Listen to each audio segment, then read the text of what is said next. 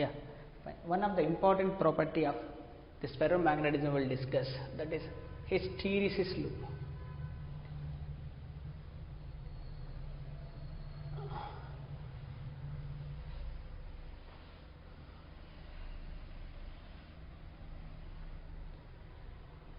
Hysteresis loop.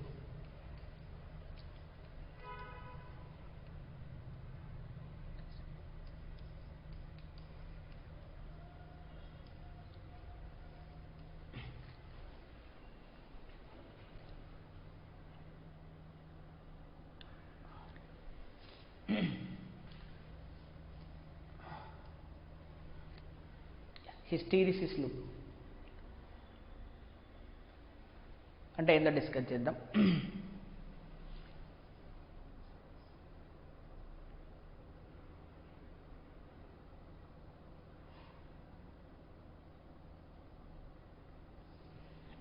What is the dictionary meaning of hysteresis? మామూలు గూగుల్లో type చేస్తే ఏమొస్తుంది మనకి హిస్టీరిసిస్ అంటే? The dictionary meaning of hysteresis, not history, lagging behind, వెనకబడ్డం, లాగింగ్ బిహైండ్. అసలు ఏందో చూద్దాం ఇక్కడ. ఏంటి, what is the meaning of lagging behind?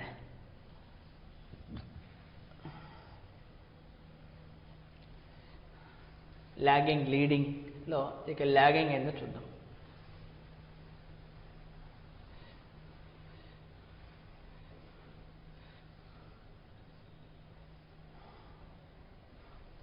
Okay, fine. Now the situation will be like this. Ferromagnetic materials మాత్రం మాట్లాడుతున్నా. There is a ferromagnetic material. The domains, ఏదో రెండు డొమైన్స్ తీసుకున్నాంలే, align in the random oriented directions.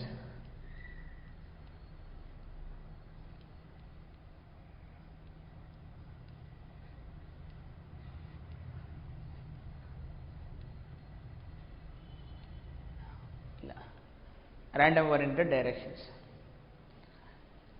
ఇప్పుడు దీంట్లో whenever H is zero, M is non, అంటే magnetization అయితే zero వస్తుంది, ఎం విల్ బి జీరో. ఇప్పుడు ఫస్ట్ స్టెప్ ఏం చేస్తాం మనం? హెచ్ ఇంక్రీజ్ చేసుకుంటూ పోతాం. హెచ్ ఇంక్రీజ్ చేసుకుంటూ పోతే, సో హెచ్ ఇంక్రీజ్ చేసుకుంటూ పోయినాం అనుకో, దే విల్ బి, సపోజ్ మనము ఇలా అనుకుందాం, సో డైపోల్సే అలైన్ అవుతాయి అనుకుందాం.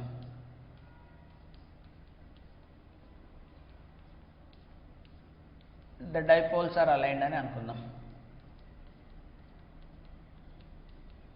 When H is in this direction, so ఇది మ్యాగ్నటైజ్ అయింది అంతేనా? కూల్. ఇప్పుడు I will represent the same thing inside the graph.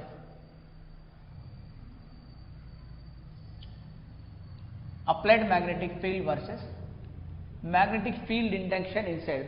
మొత్తం B is equal to B0 plus BM magnetisation వల్ల. సో ఇలా మనకు when I go like this, the graph will be like this, అంతేనా? అలా magnetic field ఎంచుకుంటూ పోతుంటే అన్నీ align అయిపోయినాయి, ఇంకంతకన్నా రాదు ఇంకా last. So this is the maximum. So ఆ మెటీరియల్లో పాసిబిలిటీ అయ్యి మ్యాక్సిమం వచ్చేసింది, ఇంకెంతకన్నా రాదు. ఓకేనా? So maybe some H will be whatever it maybe, ఎంతకన్నా రాదు. టెంపరేచర్ కాన్స్టెంట్ అనుకో, ఇంకా ఇక్కడ మొత్తం టెంపరేచర్ని మనం చేంజ్ చేయట్లేదు, everywhere temperature is constant.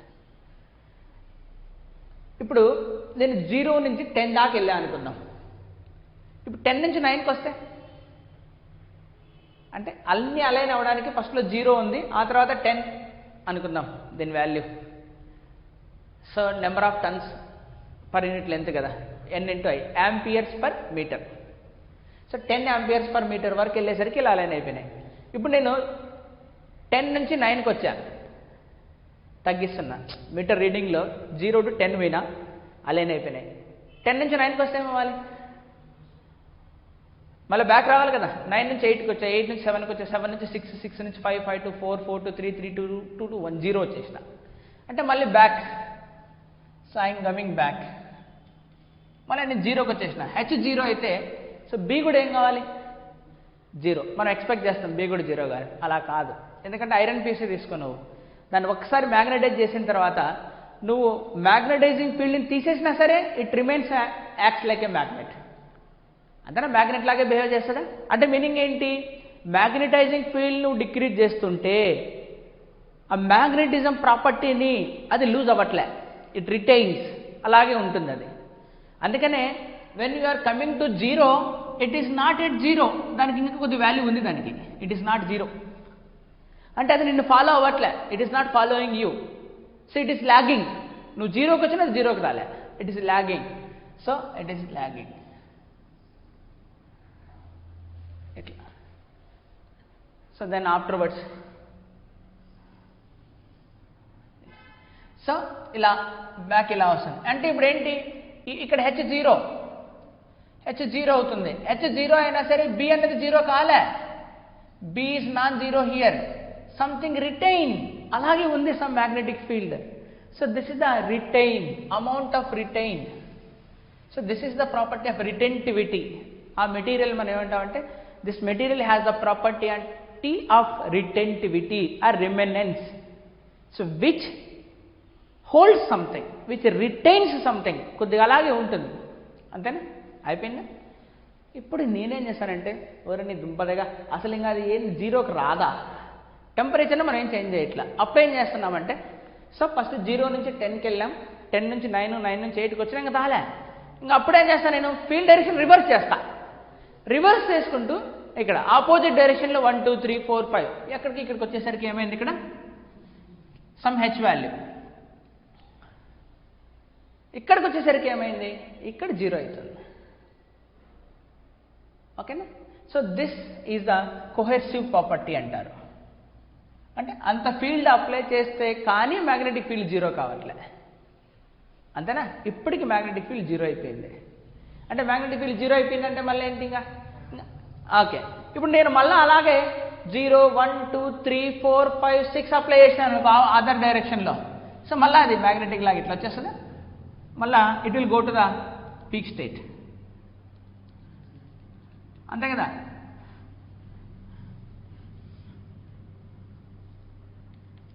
So ఇక్కడ ఒక ఫీల్డ్కి there is some field exactly like this.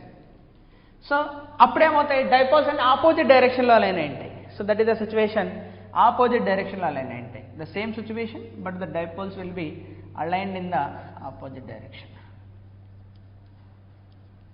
Still it is magnetic లాగే బిహేవ్ చేస్తుంటుంది.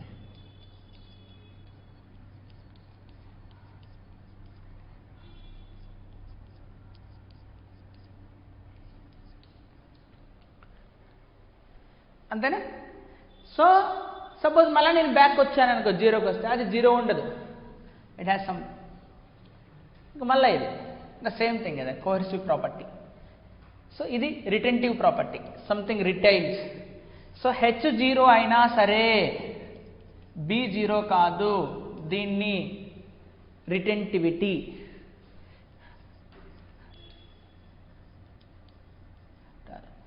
So the value of H required for B become 0 is known as the coercive field అని అంటారు. ఈ points గుర్తుంటే చాలు. అందుకని అర్థమైంది what is the meaning of hysteresis అంటే లాగింగ్ బిహైండ్. ఓకేనా? This is the lagging behind. So it is clearly explained in the H Verma book, you can go through it.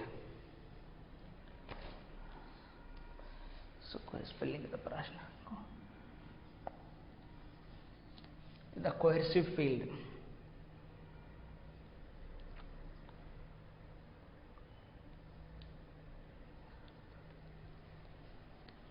కోఎర్సివిటీ అంటారు.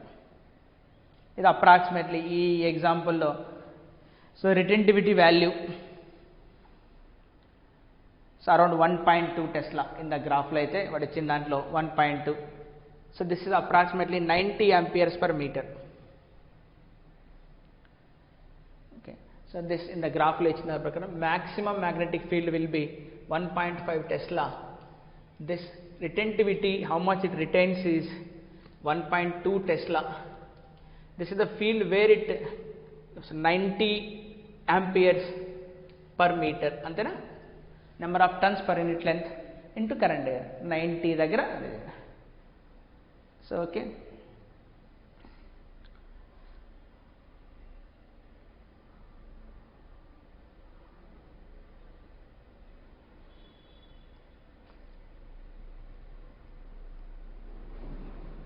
ఆఫ్ కోర్స్ ఇక్కడ కూడా 1.5 దాకా పోతుంది. సిమెట్రిక్ కర్వ్ ఆపోజిట్ డైరెక్షన్లో 1.5 tesla. B is measured in tesla, but H is measured in ampere metre.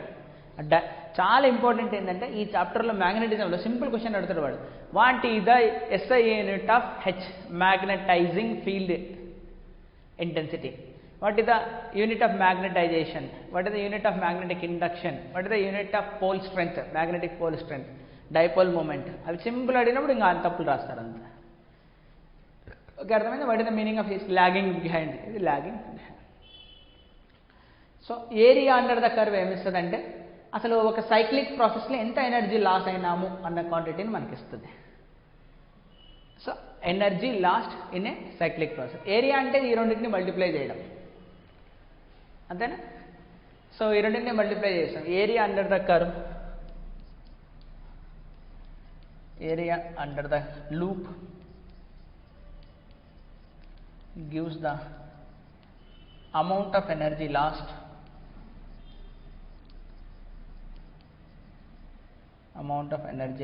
as a heat. కావాలంటే అవి energy వస్తాయని మనం చెక్ చేసుకోవచ్చు. ఏరియా అని రాసామనుకోండి, so area under the curve integration b into dH. So y into dx లాగా b into dH.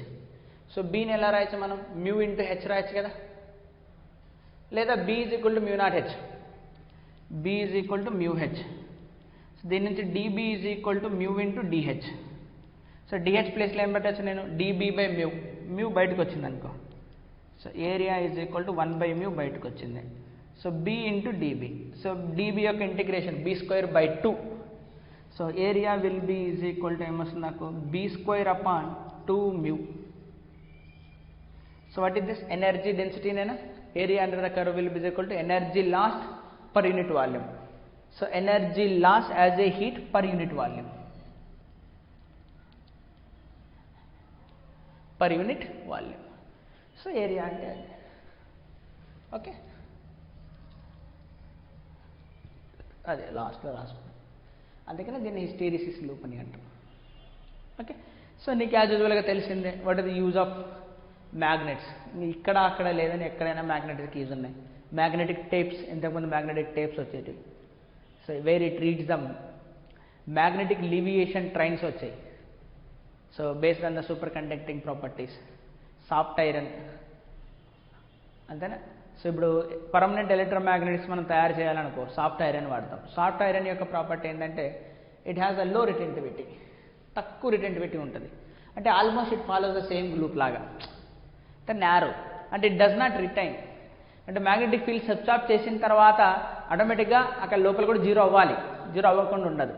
So soft iron యొక్క characteristics ఏంటంటే whenever H become zero, B కూడా జీరో అయ్యేటట్టు ఉండాలి. అంటే రిటెంటివిటీ విల్ బి స్మాల్ అయ్యి ఉండాలి. So permeability more, అంతేనా? సో అలాంటి మెటీరియల్స్ని మనం ఏమంటామంటే సాఫ్ట్ మెటీరియల్స్ అంటాం. So they are used for the prepare electromagnets. ఇప్పుడు చాలా go through the NCERT books. NCERT బుక్లో చదవండి, మీకు అర్థమవుతుంది. నేను లైన్ బై లైన్ చదవండి. So anywhere they can ask the question. So NCERT బుక్స్లో మీరు చదివితే అర్థమైపోతుంది. ఓకే, నోట్ డౌన్ 1-2 ప్రాబ్లమ్స్ ఏమైనా ఉంటే సాల్వ్ చేద్దాం.